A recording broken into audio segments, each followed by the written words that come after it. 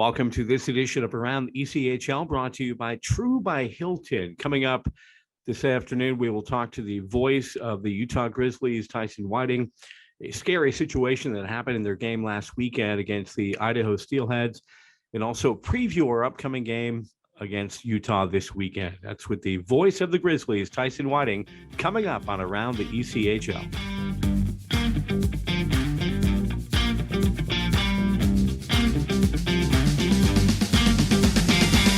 Welcome to Around the ECHL. Tommy Daniels, pleased to be joined by the voice of your Utah Grizzlies, the one and only. I noticed a new hairdo from the last time I saw him. Tyson Whiting, how are you? I'm doing good. I got a haircut just a couple days ago. It was starting to get long, and I had to figure that I had to get rid of it. Well, I'm honored that you get a haircut before we do this Zoomcast. That is awesome. Let's start first of all. You guys are still rolling. We saw that when you guys were here early on in the season, second weekend, and beat us 2 straight in our building. And what a series you guys had last weekend with with Idaho. Let's start by talking about Taylor Crunk. What happened there, Tyson? Obviously, that was a lot of the talk in the hockey world that night and the next day. Is he okay? Seems like he's going to be okay. Just about 11 minutes into Saturday's game against Idaho, he got in a fight with Colton Keller, and Keller just threw one left, and immediately you could tell that Keller knew that something was wrong as Crunk hit the ice and looked like he was out cold for a little bit. And, you can immediately see how Colton Keller would just felt bad about it. And obviously it's not what anybody wanted. So, a big crowd of 8,500, and all of a sudden, Crunk he was knocked out at center ice, and they brought the stretcher out. And, it seemed like Crunk, it looks like he's going to be okay, but he certainly got a big time concussion. And, it's just one of those things that, you don't like to see. Unfortunately, whenever fists start flying, you always know that there's a possibility that something like that could happen. But it's just one of those situations where it looks like he's going to be okay. But it was tough to watch, and it took the air out of the building. And I don't know if the air ever really returned to the building after that. It was just one of those tough situations to watch, but luckily it looks like he's going to be okay. What, if you would, just kind of take us through what it was like on the broadcast there, because you obviously, families watching, families listening, what do you, because you're always afraid to say something because you don't want to guesstimate on anybody, especially when it's a serious injury like that, or appeared to be. What was going through your mind as you're sitting there watching?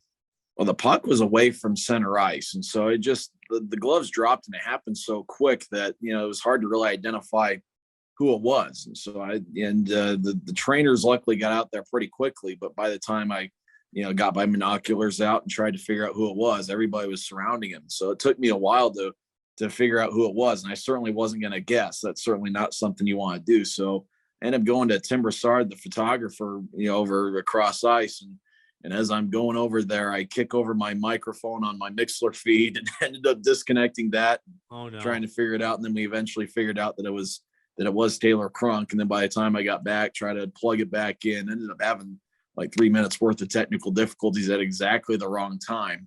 But it was just one of those, the building was very, very quiet. And obviously in a situation like that, you're just trying to make sure you get your facts straight. You want to make sure that everything is accurate. Because that's certainly a serious situation, and so you just try to make sure that everything that everything you say, you always want to be pretty measured and making sure that you're right with what you say. And it took a few minutes to gather the proper information, but then once we did, we were able to, as the game progressed, was able to get an update early in the third period that said that it looked like he was going to be okay. Wow. And so it's just one of those where, if you get new information, then obviously you use it. But other than that, you kind of have that period where you're just kind of sitting and waiting and hoping he's going to be okay. Not to mention the fact for the guys on the ice, it's hard to get back out there and play, especially all you're doing is you're thinking about your teammate, your friend, your roommate, and I can't imagine what was going through the head of those players having to resume that hockey game.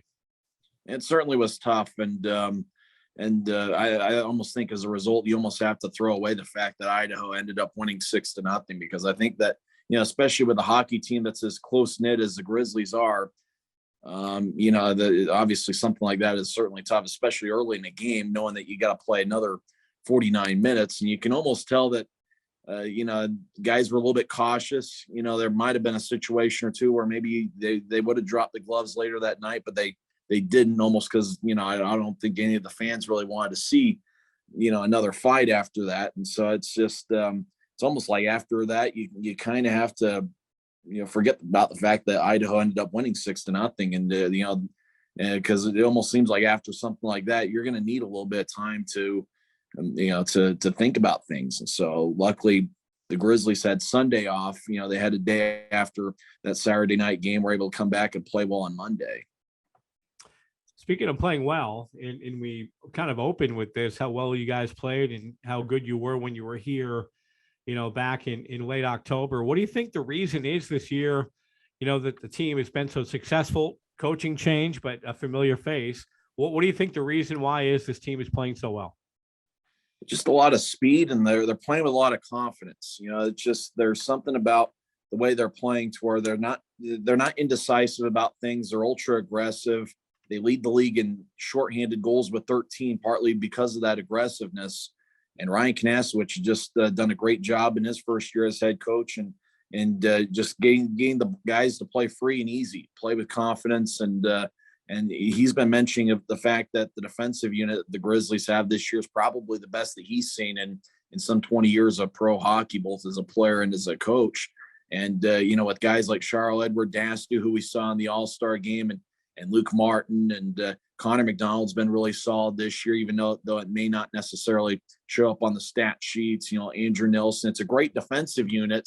And because of that strong back end, the Grizzlies forwards are able to play aggressive and utilize their speed. Ben Tardif came up in early December, and he's been great. And the captain, Trey Bradley, has really taken a step forward this season. He was good last year, but this year he's even better. And so with guys like that, and pretty decent goaltending, even though the Grizzlies have had to readjust because the Grizzlies were hit pretty hard when the taxi squad came back in effect in late December.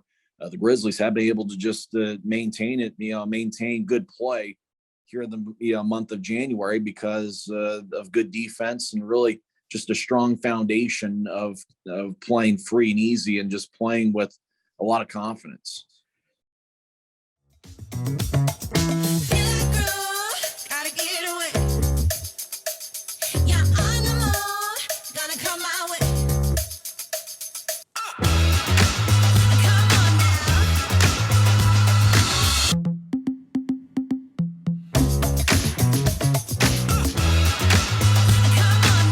Get sunshine for the whole squad at Tropical Smoothie Cafe.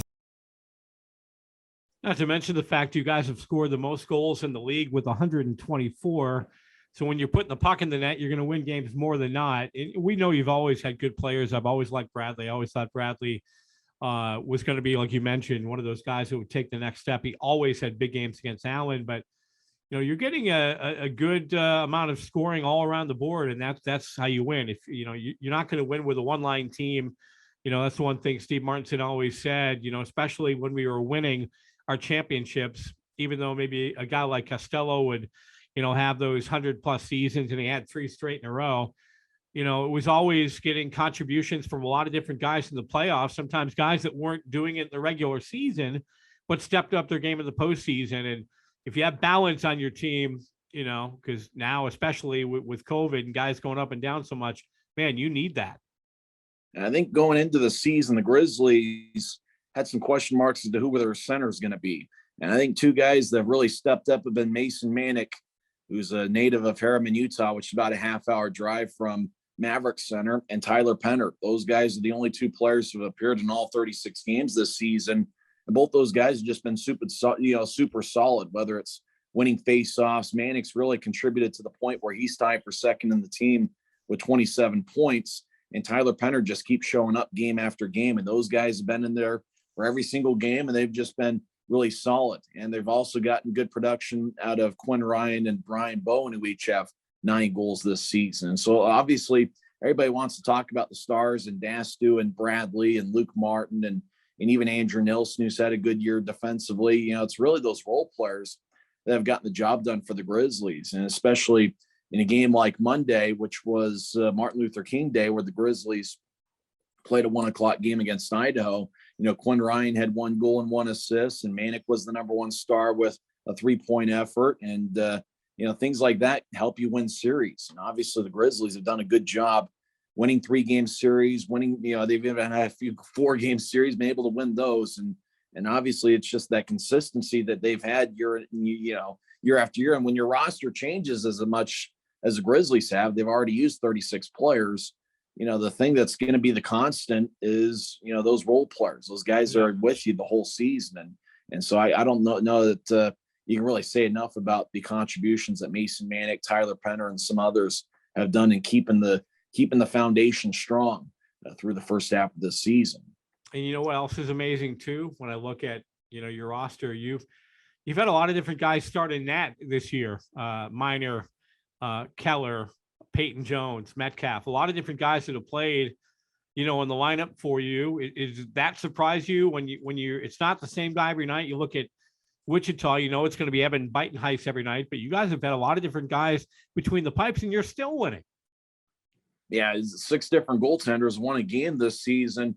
And it was crazy. We go to Rapid City the last week of the 2021 calendar year. We have 3 really good goaltenders in Minor, Jones, and Metcalf. Well, Minor, you know, mid-December goes up to the AHL. I mean, he leads the league with 4 shutouts. And then Peyton Jones, about December 26th, he gets called up.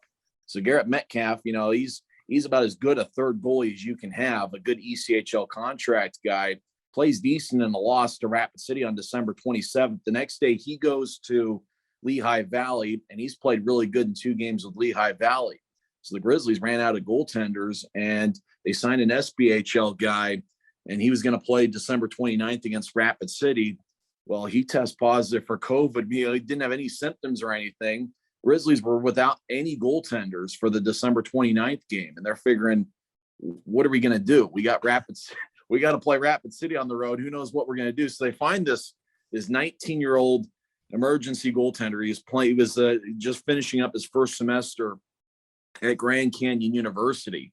And so they figured, okay, he's a goaltender. He played in like 3 games and had a goals against average of about 5.5 or something. So they figured they need a goaltender. So they bring him on in an emergency basis, and somehow the Grizzlies end up winning in overtime 4-3 as Trey Bradley stepped up and got a hat trick. And it's been things like that have happened. And then the next day they go pick up Cole Keller, and Keller played in 4 games on the road trip. There was a 7-game road trip there. He played in 4 games and actually played pretty well. And I imagine now that Trent Miner is going back to the AHL's Colorado Eagles, I imagine we'll see a little bit of Cole Keller. And Peyton Jones has got 8 wins this season. He's come back to Utah and has played pretty well in his 2nd season as a pro. Grand Canyon University, you know, I bet you, just guessing, there's probably not been too many goaltenders in our league or any hockey league at pro that have come out of Grand Canyon University.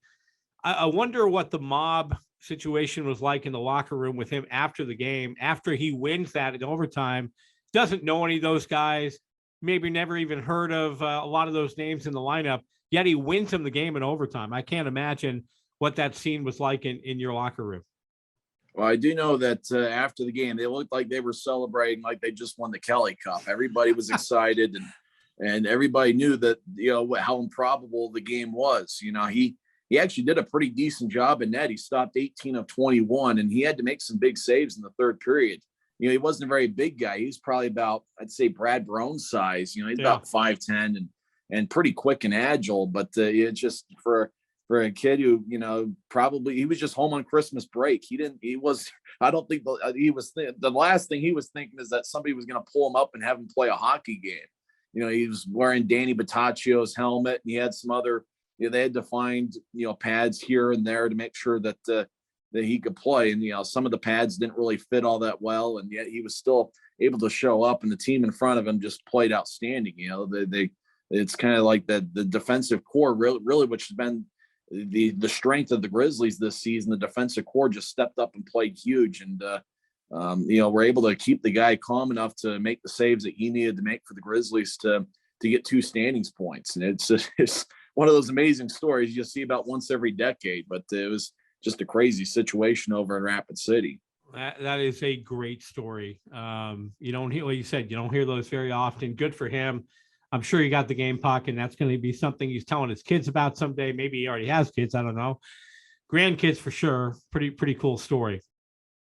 Below Zero Cryo, whole body cryotherapy stimulates the body's natural healing abilities through exposure to extreme cold. Cryotherapy was developed in Japan in 1978 as a treatment for rheumatoid arthritis. Over the past 3 decades, it's become even more popular as its performance-enhancing and general health and wellness benefits have become more well-known. Call Below Zero Cryo for an appointment today. 469-362-8191. Below Zero Cryo is located at 8715 Lebanon Road, Suite 400 in Frisco.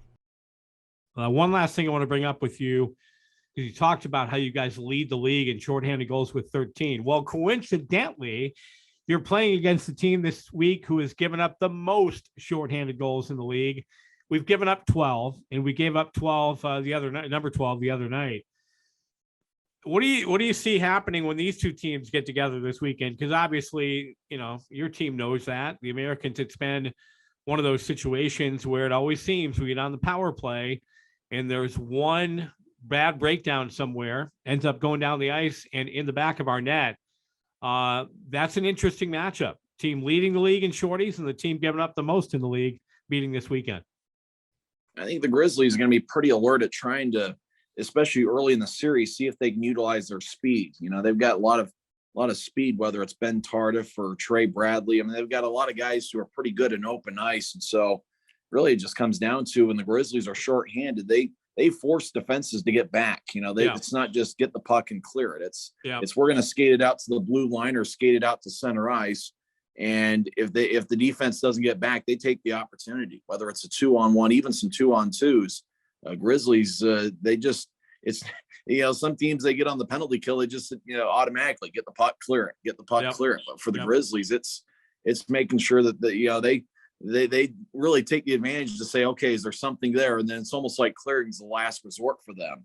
So I think the Grizzlies want to see if they can utilize their speed against Allen the best they can, especially early in the series, and just see if I think that's what's helped the Grizzlies as the games progress, is that they just continue to use their speed and put constant pressure on the defenses and really make teams focus for a full 60 minutes. And that's, I think, going to be an interesting factor going into this series. I think the Grizzlies want to test the speed of Allen and see if they can just keep putting on that constant pressure as the series goes along. Well, I'll tell you this, we've gotten better since the last time we played you guys, way back when. It seems like forever ago now. No doubt that I know we'll use this as a big measuring stick this weekend, knowing how well you guys have played all year. But, we've been better. They hit a little tough stretch here in the last, 4 or 5 days where we lost a few games we probably shouldn't have. One in overtime, another one in the shootout, but one big on Sunday, 8-0 in Tulsa. So I'm anxious to see what it's going to be like this weekend. Always a fun building to play in. The crowd's always fun there too. And I'm sorry I'm going to not get to see you this weekend. I wish it was coming, man. It's my birthday weekend. I would love to be in West Valley City for the games this weekend to hang out with you and Timmy Broussard and all the great staff that you have there in West Valley. And enjoy the weekend, my buddy. I know you'll have another great call as always. And, maybe somewhere down the road, I'll catch up with you. That's going to be a lot of fun. It's weird we're not playing 18 times this season like we were last year, but it will be a fun series. We did a lot of these last year because you're right. We played you guys in Rapid the most of anybody in the league, and it was fun. The one thing is, honestly, I thought the Americans and Grizzlies would be on a collision course in the playoffs. Last year didn't quite work out that way, but I guess we'll see what happens this year. I think it's going to be interesting to see if they end up going back and determining playoff seeds off of pure standings points, or if they're going to go off of winning percentage again, like they did last year, especially if some teams aren't able to play. I mean, the Grizzlies have already played 36 games, but, you've got some other teams. Allen hasn't played nearly as many. So I wonder if, as the season goes along, if they're going to change it back to where it's going to be winning percentage as opposed to pure standings points. After all, Allen's only played 30 games, while the Grizzlies have already played in 36 of them. Yeah, we had a game or two canceled early on, and then we just we're for whatever reason would have a couple days off on the weekend and not playing, and yeah, you're gonna have to make them up eventually, right? I mean, you got a pretty good stretch coming up here. We had 4 and 5 last weekend, and then 3 this weekend, back to back against you guys. Should be a lot of fun. Hey, thanks for always doing this. Love the haircut, looking good, my friend. And what got to ask you, because I know you got something good planned for tonight on the sports TV. What's lined up on your watching list for tonight? I've got this old football game. I'm thinking about watching something from about 2000. I'm thinking 2000 Rams and Seahawks with Pat Summerall and John Madden. Plus, I also found some NBA games on YouTube that I'm thinking about from about the 1990s. There was a Utah Jazz game. They're playing the Suns from 1992 that I found on YouTube that I think I'm going to go back and watch here in a few hours. So I'm going to watch some old games and then maybe catch up on some college basketball because I haven't been able to watch a whole lot of college hoops as of late. So it's going to be a busy night. I'm going to do a little bit of balancing where I'm going to watch a little bit of football, a little bit of basketball, and hope to enjoy the day. Oklahoma, Kansas on tonight. That should be fun. Ooh, that's going to be a good game.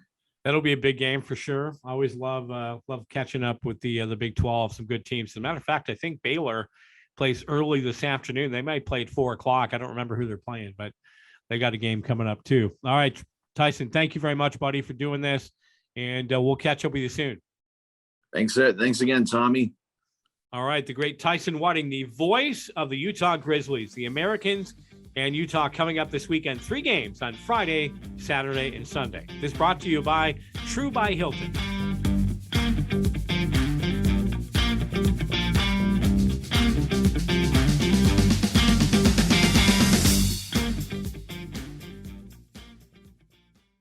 Hello, Americans fans. Former American defenseman Nolan Dakota here with a message from Fast Signs in Plano.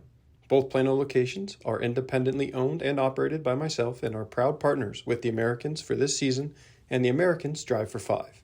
At Fast Signs, we understand the burden this difficult time presents on businesses, and helping you to solve your changing visual communication and business challenges is our commitment. Mention this ad when you call Fast Signs in Plano for 10% off your next order. Fast Signs, more than fast, more than signs.